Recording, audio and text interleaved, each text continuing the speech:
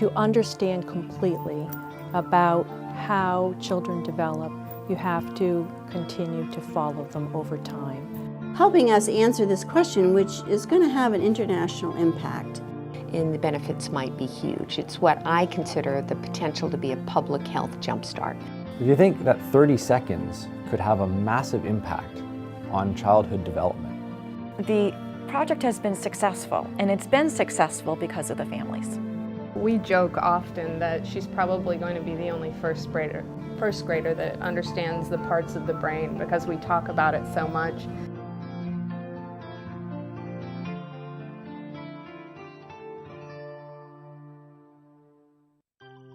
Life.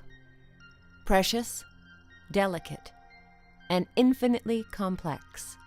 Two scientific studies with close ties to the University of Rhode Island are examining mysteries that begin at birth.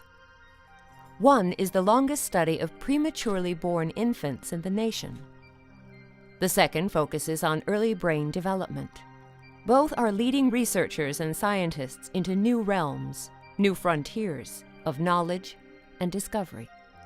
Professor Mary Sullivan is the interim dean for the College of Nursing at the University of Rhode Island. She is also a principal investigator for a long-range study of preterm infants funded by the National Institute of Health. I entered the study when the children were about 18 months of age. At this point in time, we have 85% of the original babies now participating as young adults. In 1988, Catherine Foster thought she had another 10 weeks of pregnancy. Then, the unexpected happened. I worked all the way through, no problems. I had just been to the doctors the day before. Everything is fine. Next morning, my water broke. And then when I started with the contractions in the middle of the night, I called. They said, you need to go right to Women and Infants. And I went to Women and Infants, and his feet were starting to arrive. So there was emergency C-section, and then he was born.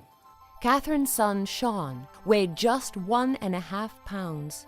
Fortunately, he was born at Women and Infants Hospital, a reassuring environment for his mother.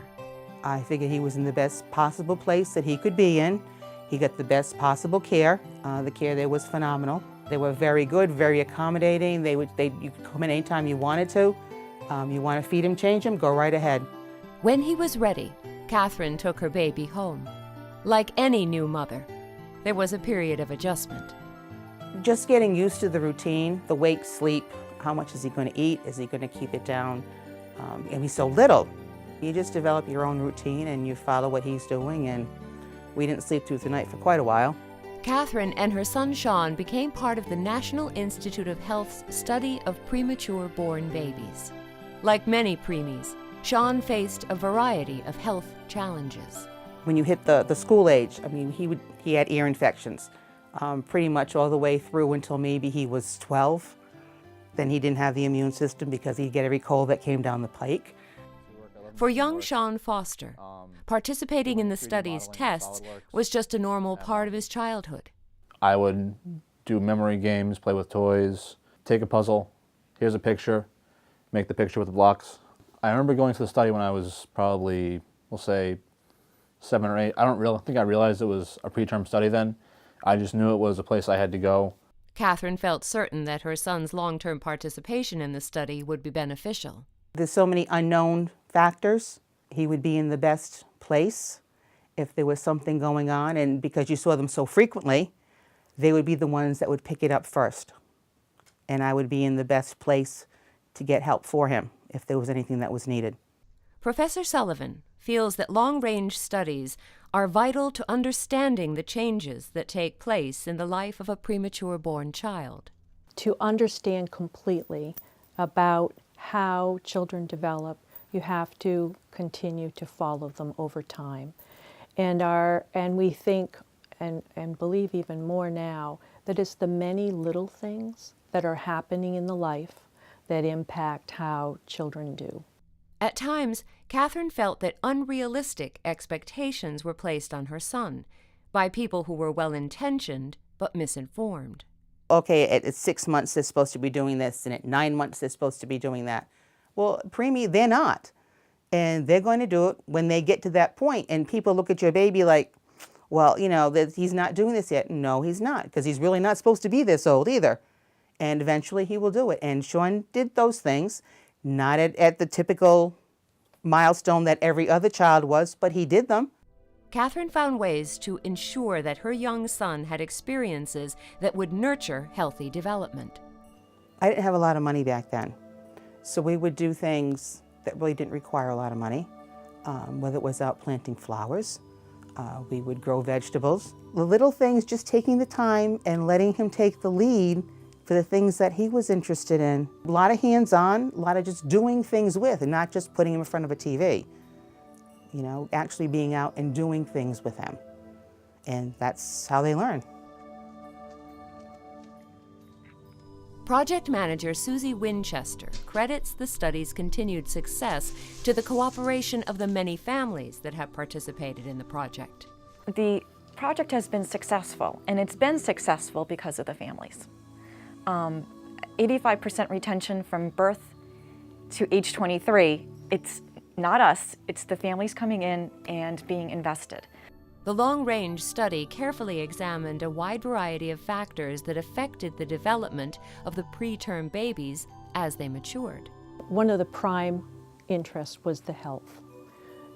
We were interested in growth, in feeding, nutrition, illnesses, eyesight, hearing, respiratory or pulmonary problems, motor coordination. The study also looked at social development. So we would be interested in intelligence, how well they did in school, how well they related to other children in social situations, how much activity and participation they had in sports, team sports, individual sports, clubs.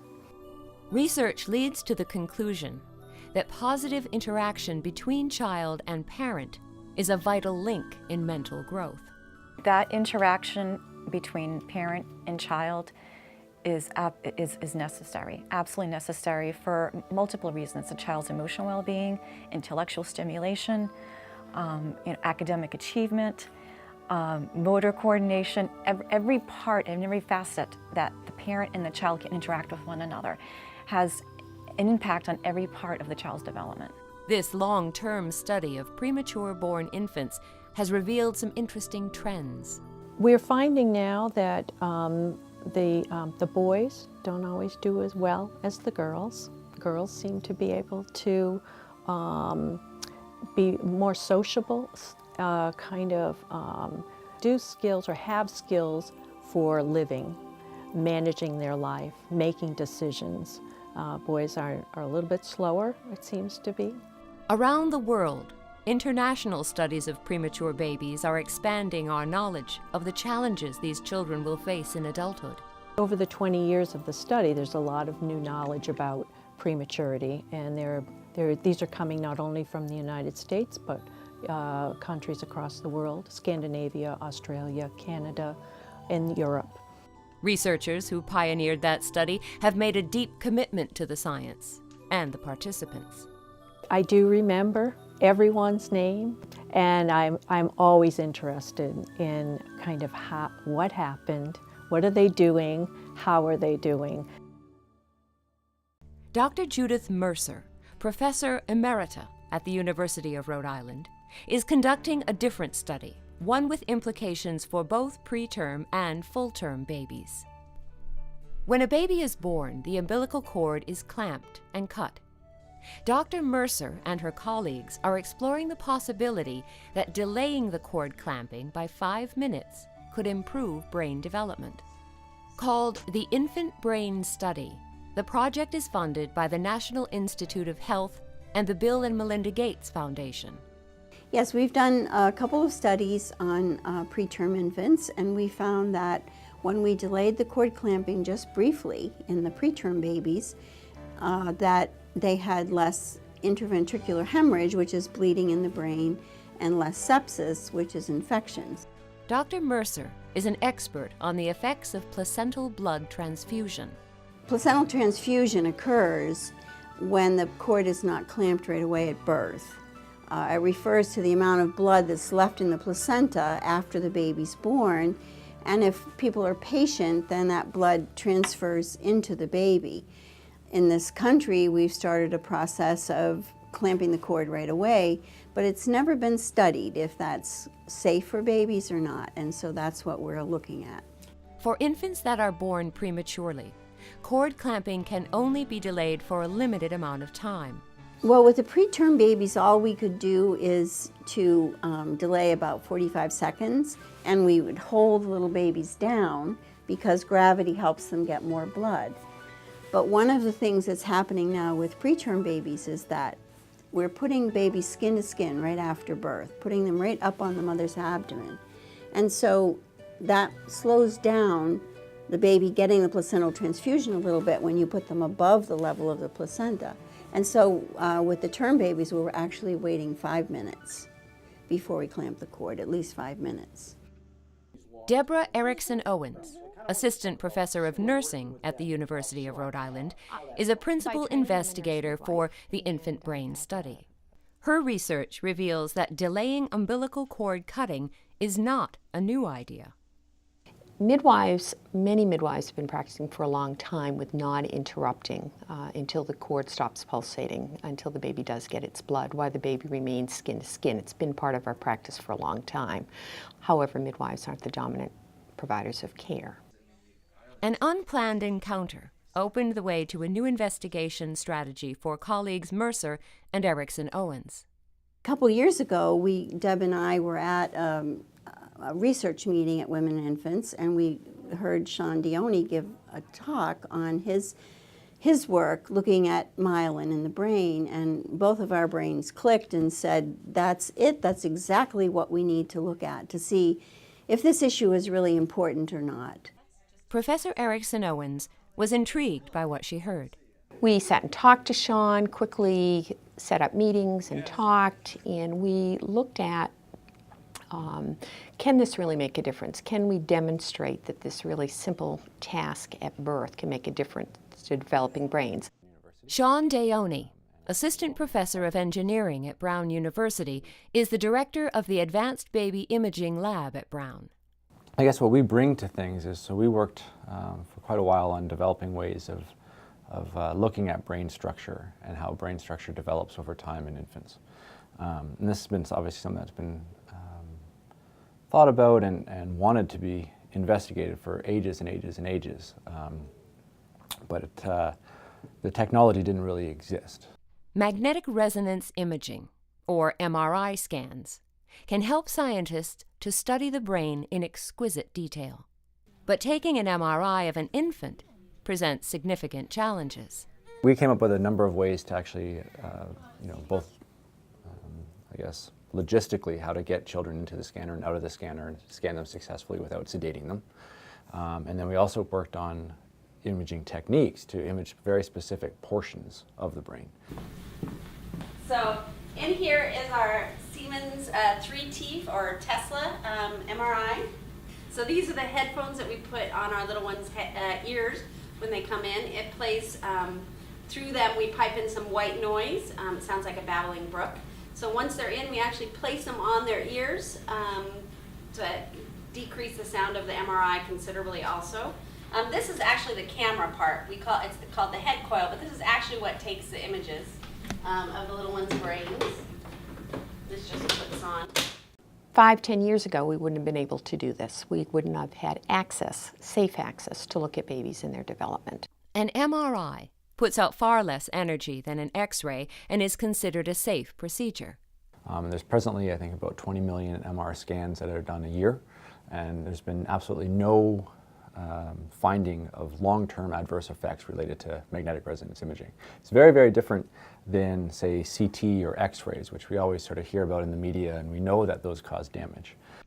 Mercer and Erickson Owens are currently studying the potential benefits of delayed cord clamping on full-term babies.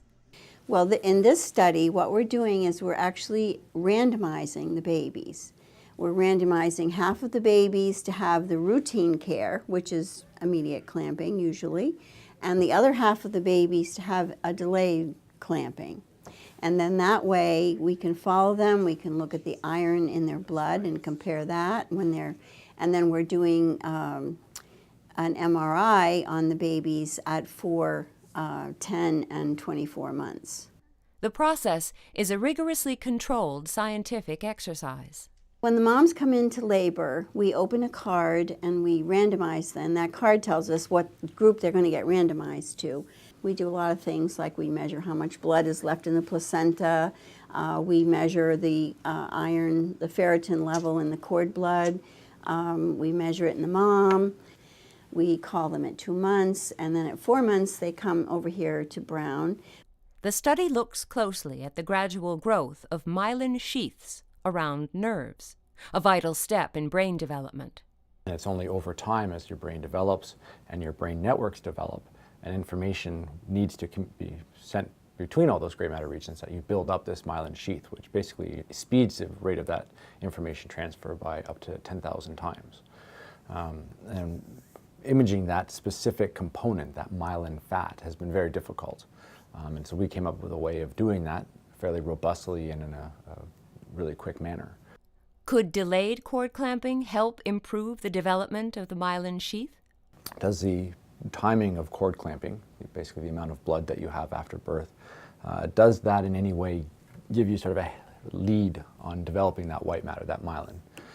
And so this is sort of the first time that we've actually ever been able to image that successfully. So the hope is that by following kids longitudinally, be it whether they've had a delay in their cord clamping or not, is there a difference in their brain development?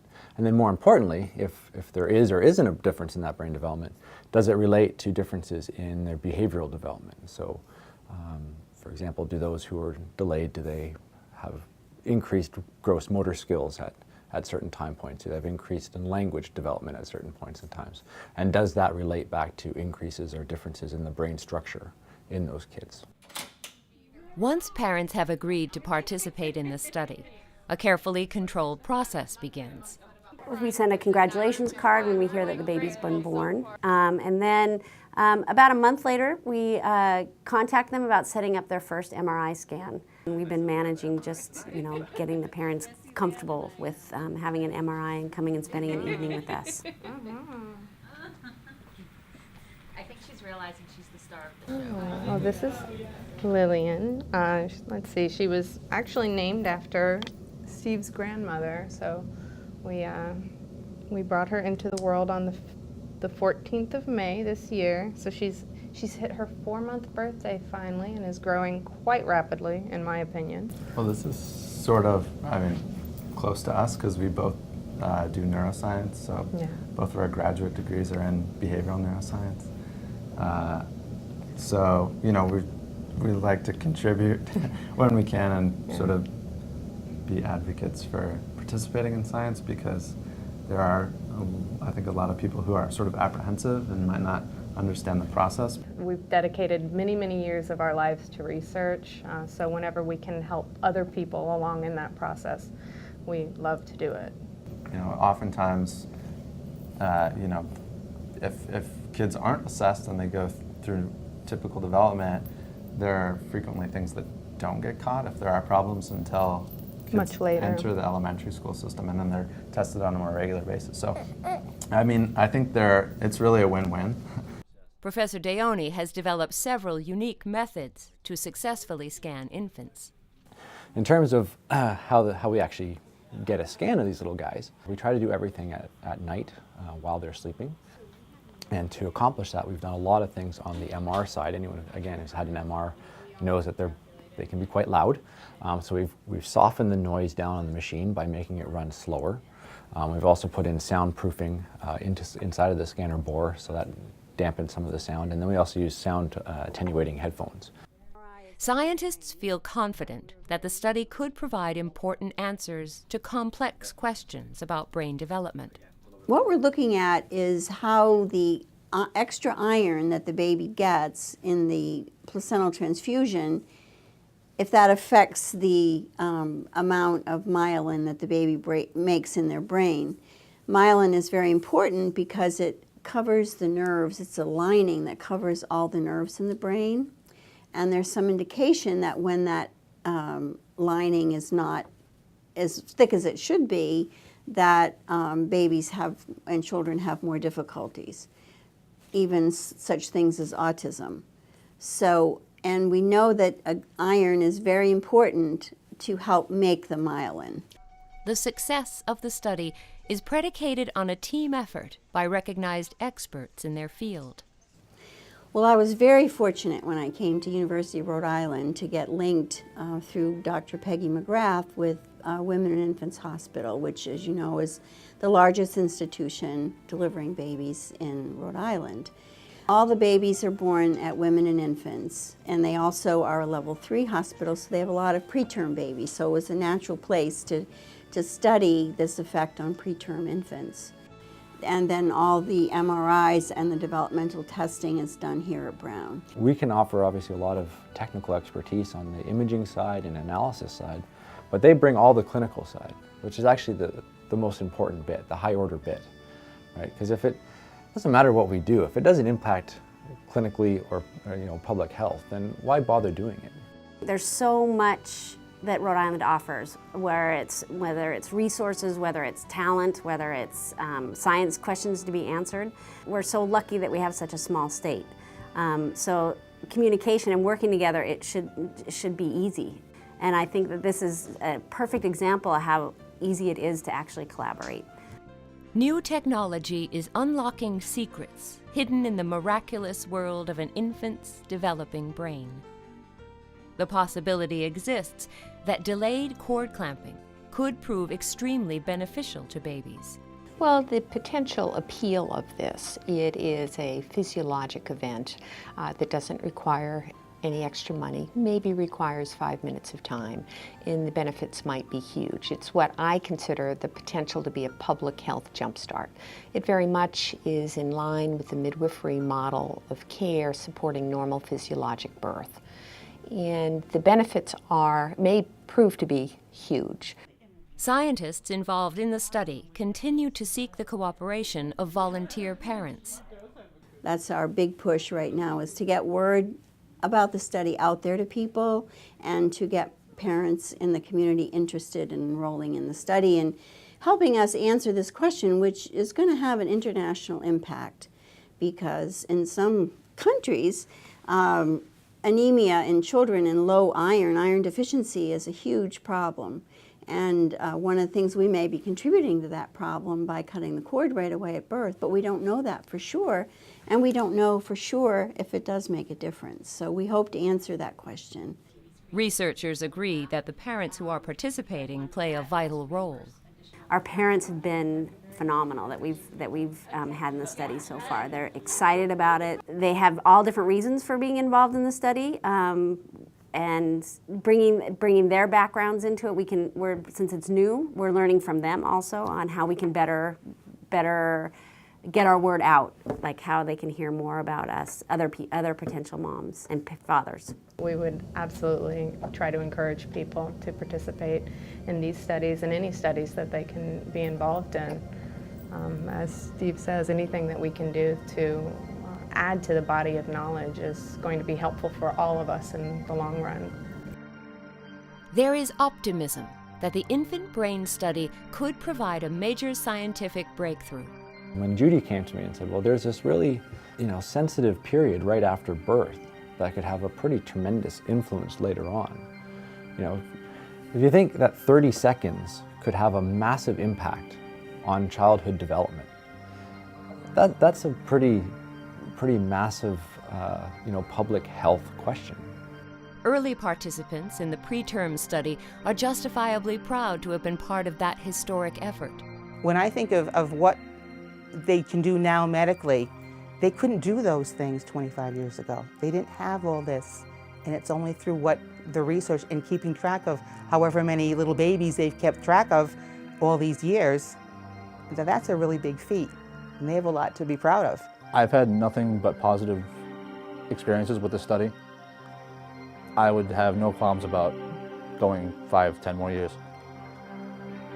We joke often that she's probably going to be the only first grader that understands the parts of the brain because we talk about it so much. So I think that we'll grow up hearing about this, and hopefully, you know, maybe that'll motivate her to go into science. Who knows? No one can say for certain where these two innovative investigations will lead, but the possibilities are as intriguing as life itself.